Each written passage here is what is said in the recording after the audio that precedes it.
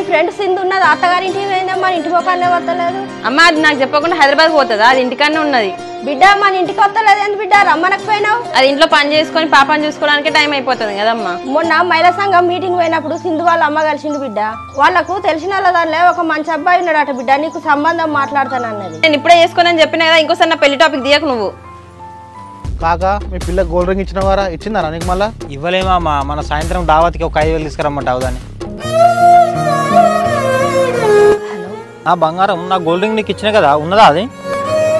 ఉన్నా సంతో, ఎందుకు ఏమైంది? ఏం కాదు కానీ గోల్డ్ రింగ్ నువ్వు ఒక 5,000 క్యాష్ పట్టుకుంటా ఇక్కడికి. 5,000 నా దగ్గర ఎక్కడ ఉంటాయి సంతో? ఏ ఊకో, మీ అయ్యే ఊర్లో సిట్లు నడిపిస్తాడు, ఒక 5,000 ఉండే తీసుకొని రా. సరే సంతో, నువ్వు అడిగినట్టు 5,000 తీసుకొని వస్తా. ఎవరికి చెప్పకుండా ఫోటోస్ అని డిలీట్ చేస్తావా? సరే బంగారం, నువ్వైతే ఫస్ట్ 5,000 పట్టుకుంటా, ఇక్కడికి వచ్చినాక ఆలోచించుదాం. ఏంటి సంతో మళ్ళీ ఇట్లా మాట్లాడుతున్నావు? నువ్వు డిలీట్ చేస్తా అంటే చెప్పు, ఇప్పుడే తీసుకొచ్చి ఇస్తా. సరే బంగారం, నువ్వేం బాధపడకు, క్యాష్ నువ్వు రింగ్ పట్టుకుంటా, వచ్చినాక ఆలోచించుదాం, డిలీట్ చేస్తా కానీ.